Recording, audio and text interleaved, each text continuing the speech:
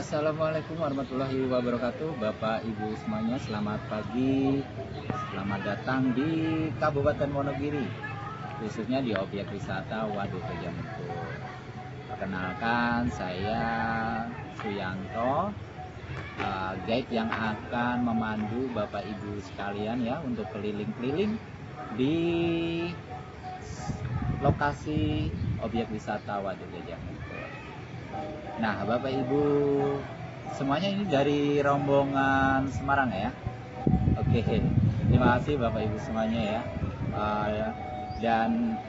Ini nanti saya akan menjelaskan titik-titik lokasi yang ada di objek wisata Wonogiri di Waduk Gajah Mungkur ya.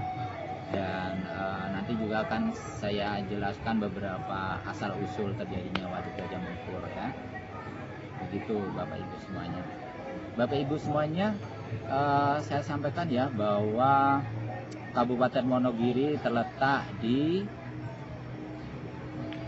Provinsi Jawa Tengah ya, yang paling tenggara yang sebelah utara itu berbatasan dengan Karanganyar dan Kabupaten Sukoharjo. Kemudian di sebelah timur itu langsung berbatasan dengan Jawa Timur, itu di Ponorogo, Magetan dan Pacitan. Nah, sudah mengenal Pacitan ya, itu juga objek wisatanya banyak. Rumah pantai-pantai. Kemudian di sebelah selatan itu langsung berbatasan dengan bibir pantai ya, bibir pantai yang membentang dari Pacitan ke Gunung Kidul, Yogyakarta. Kemudian di sebelah barat sendiri itu Kabupaten Wonogiri berbatasan dengan Gunung Kidul, Yogyakarta ya, yang memang di sana juga banyak objek wisata pantai-pantai. Oke, dan untuk Kabupaten Wonogiri itu Bapak Ibu perlu ketahui bahwa memiliki luas sekitar 1.882 km persegi ya, dan memiliki populasi penduduk kurang lebih sekitar 928.904 penduduk ya. Jumlah yang besar juga ya untuk di Kabupaten Wonogiri, dengan luas yang memang termasuk luas. Dan di Kabupaten Wonogiri sendiri bermula didirikan oleh beliau, Bapak Ibu sudah tahu mendengar Raden Mas Said. Nah, kalau belum, bagi yang sudah mendengar atau familiar ya dengan beliau Raden Mas Said, beliau adalah pendiri Wonogiri ya, Wonogiri yang mendirikan pertama dengan organisasi kecil yang membentuk satu kesatuan yang nantinya terbentuknya Kabupaten Wonogiri ya. Dan terbukti kesuksesan beliau ya, dengan julukan Sambernyowo ya, dengan julukan Sambernyowo itu diakui sebagai Adipati Mangkunegaran ya. Mangkunegaran itu Karsidenan Surakarta ya, itu sebagai dengan julukan Kanjeng Adipati Arya itu, Bapak Ibu sekalian. Nah, itu sejarah dari pemerintahan terbentuknya pemerintahan Kabupaten Wonogiri ya. Kemudian kita mengetahui bahwa Kabupaten Wonogiri ini memiliki demografi topografi yang mata pencariannya ya, itu kalau di sebelah kita bagi dua ya, di sebelah selatan kemudian di bagian utara. Kalau di bagian selatan itu membentang dari Pacitan ke Gunung Kidul, itu rata-rata adalah pegunungan kapur, jadi tidak bisa ditanami dengan yang bersifat pertanian padi gitu ya.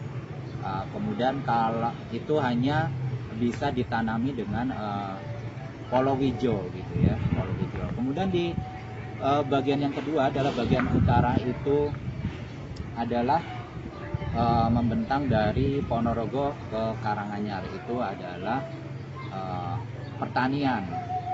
Itu sumber pertanian seperti padi ya, yang paling banyak itu sumber penghasil beras gitu ya, padi. Untuk para petani. Kemudian ada perkebunan juga yang Bapak Ibu tahu mete ya. Nah, itu adalah salah satu sumber perkebunan yang utama di Kabupaten Wonogiri dan terkenal dengan metenya.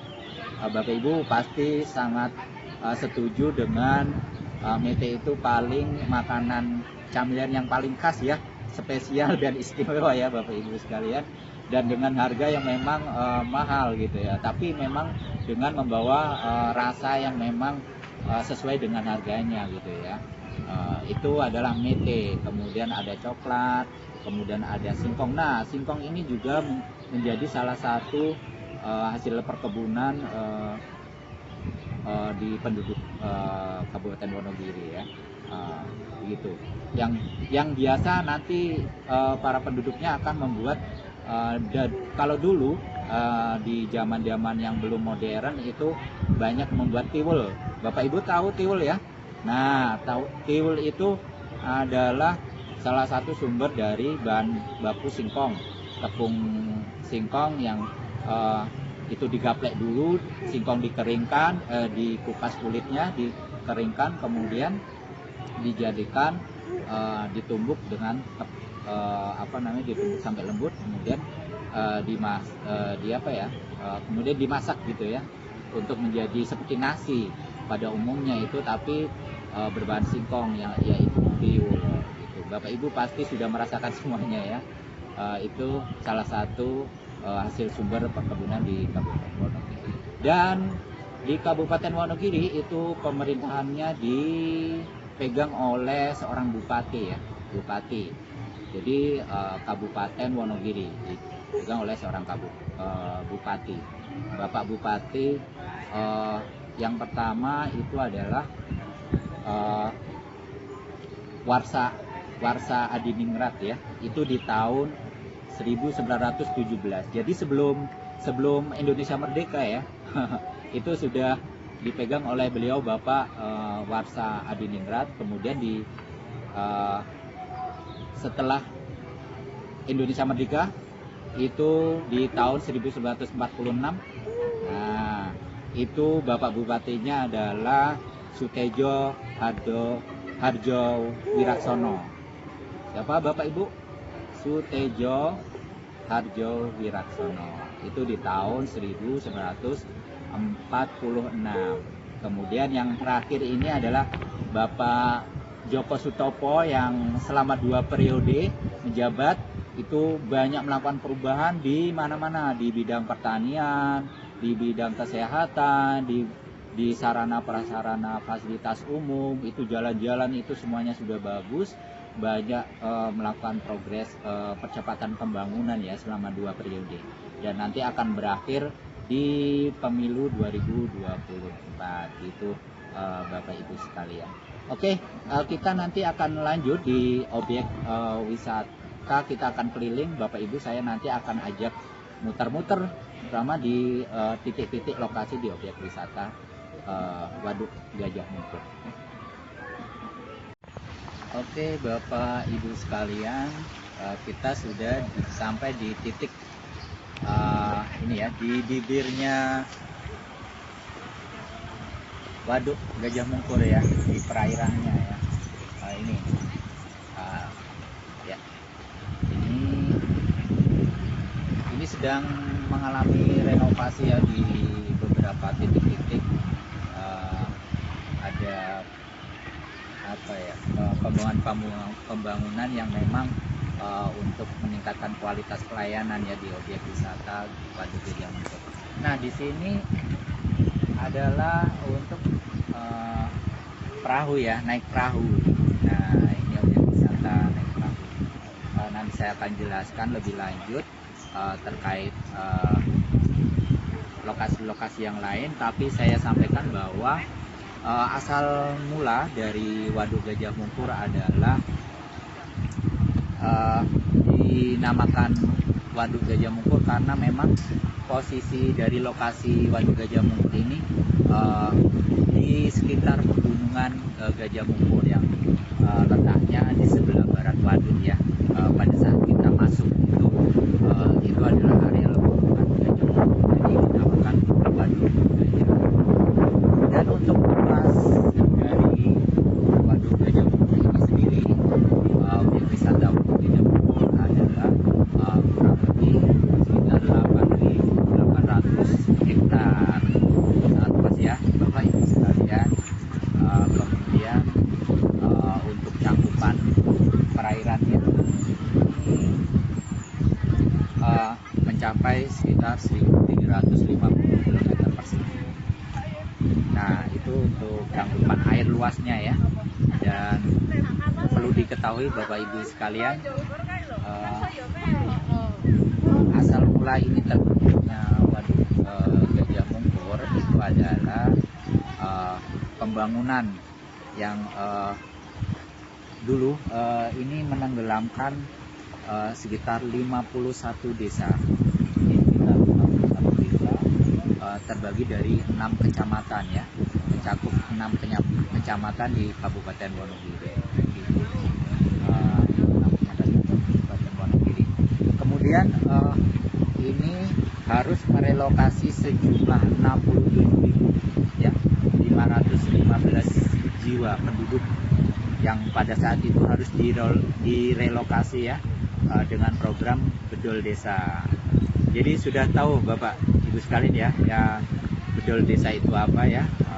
Nah, bedol desa adalah perpindahan para penduduk karena suatu keadaan darurat yang harus dipindahkan dari satu tempat ke tempat yang memang produktif lagi.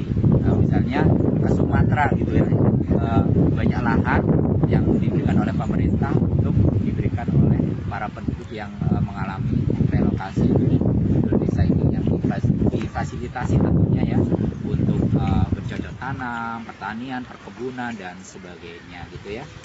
Oke Bapak Ibu sekalian. Nah, dari asal mula juga ini Waduk Gajah Mungkur pertama kali pemerintah melakukan perjanjian ya untuk melakukan pembuatan Waduk Gajah Mungkur dengan perusahaan swasta dari Jepang. Nah, ini dari Jepang dengan yang pada saat itu dimulai pada tahun 1976 dengan melibatkan hampir 2.500 pekerja ya, yang itu merupakan banyak perusahaan juga dengan melibatkan 35 konsultan ya. Nah, tapi perencanaan pembuatan Waduk Gajah Mungkur ini sebelumnya direncanakan pada tahun 1964, tapi baru terrealisasi di tahun 1976 dan selesai di tahun 1981. Nah, untuk Waduk Gajah Mungkur ini itu pertama kali diresmikan atau dioperasikan Bapak Ibu sekalian itu di tahun 1982 yang kemudian berfungsi sebagai pembangkit listrik tenaga air ya, yang menghasilkan kurang lebih 12,4 megawatt. Ini besar juga ya. Dan kemudian untuk fungsi utamanya juga untuk menanggulangi luapan air dari Bengawan Solo ya, pengendalian luapan air di Bengawan Solo, dan juga untuk fungsi yang lain adalah pengairan sawah, kemudian pasokan air minum di beberapa kabupaten di kota Surakarta. Sebagai salah satunya adalah sebagai objek wisata ya, yang seperti kita ketahui ini kita berada di objek wisata ini, salah satu fungsi dari Waduk Gajah Mungkur ini. Oke, kita lanjut nanti di titik-titik lokasi berikutnya. Di sini akan saya sampaikan beberapa objek wisata yang ada. Mari Bapak Ibu sekalian. Ya, Bapak-bapak, Ibu-ibu sekalian, kita di sini sudah di titik lokasi ya. Di sana ada tempat untuk ini ya, yang untuk rekreasi perahu.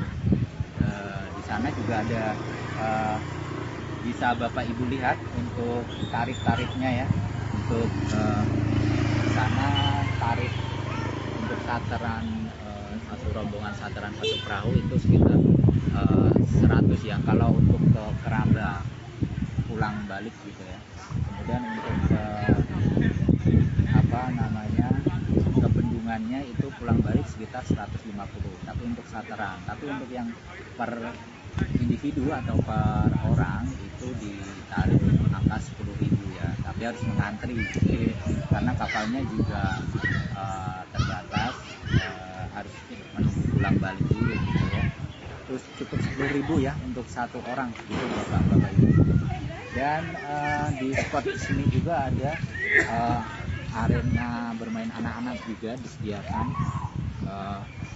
Arena bermain banyak ya. Ini kurang lebih seharga 5.000 untuk satu kali tempat permainan anak-anaknya ya, gitu. Bisa juga nanti juga ada di waterboom. Waterboom itu nanti biaya masuknya kurang lebih ya 15.000 ya, 15.000. Kemudian objek wisata di dalam Waduk Gajah Mungkur juga ada Taman Satwa yang itu ditarif per orang juga 15.000 gitu Bapak Ibu sekalian. Oke, monggo Bapak Ibu yang mau tertarik untuk naik perahu rombongan, kita tunggu sampai Bapak Ibu bisa menikmati keindahan di laut, bukan laut ya, di Waduk Gajah Mungkur ya, perairan Waduk Gajah Mungkur. Mohon maaf ya, di perairan Waduk Gajah Mungkur. Silakan monggo, baik rombongan itu tadi ataupun sataran rombongan ataupun per individu, monggo. Baik Bapak Ibu sekalian, kita sudah di tempat Satwa ya, Satwa. Ini adalah ikon untuk di Waduk Gajah Mungkur. Ada gajah yang menjadi ikon Waduk Gajah Mungkur ya, ada 2 gajah ini. Nah, ini merupakan satwa yang memang dilindungi ya. Nah, dan nanti ada, silahkan monggo Bapak-bapak Ibu sekalian bisa berkeliling di satwa lainnya. Ada monyet-monyet, kemudian ada namanya burung-burung ya, kasuari, ada cendrawasih dan lain-lain. Di sana bisa Ibu bisa berkeliling. Kemudian nanti setelah selesai, silakan untuk berfoto-foto ya di view-view yang memang bagi Bapak Ibu sekalian memang dianggap memang menarik untuk mengabadikan momen saat berkunjung di Waduk Gajah Mungkur ini, gitu Bapak Ibu sekalian. Dan silakan monggo untuk berfoto atau selfie di Taman Satwa di Waduk Gajah Mungkur, monggo. Baiklah Bapak Ibu sekalian, kita sudah berputar-putar ya mengelilingi di area Waduk Gajah Mungkur, dan kita sampai di aneka jajan dan oleh-oleh di objek wisata Waduk Gajah Mungkur. Di sini bisa ibu-ibu membeli beraneka macam olahan ikan dan udang ya, terutama itu bisa dilihat nanti pengolahannya, bisa digoreng dengan tepung ataupun yang tanpa tepung biasanya. Nah Bapak Ibu sekalian, itu tidak dengan harga yang mungkin terjangkau juga ya, bisa sesuai dengan permintaan, bisa 10.000, 20.000 atau sesuai dengan jumlah banyaknya yang dibeli gitu ya. Ada ikan betutu juga ya, ada ikan jambal, kemudian ada jenis ikan air tawar lainnya yang dijual di sini. Kemudian nanti jika Bapak Ibu keluar dari objek wisata ini akan banyak rumah makan khas dari Wonogiri ya, terutama di rumah makan Tebing Gerejengan. Nah, itu spesial karena itu menjual aneka olahan zaman tempo dulu seperti nasi tiwul, kemudian nasi gudangan, itu banyak juga di situ. Itu menunya disiapkan dengan tampah, kemudian ada minuman, wedang-wedang bermacam minuman ya, ada wedang jahe, wedang ronde, ataupun wedang wuh, itu juga ada ya.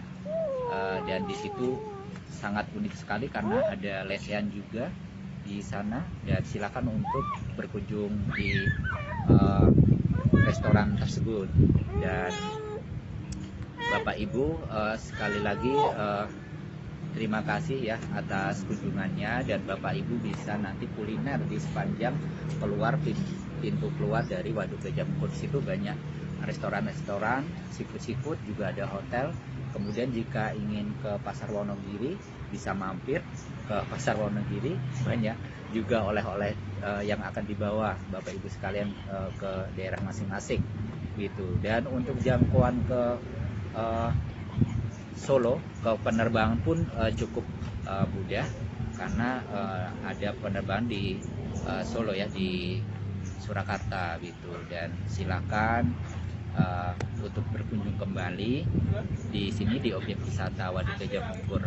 Dan terima kasih atas kunjungannya, dan selamat balik pulang ke tempat masing-masing. Terima kasih.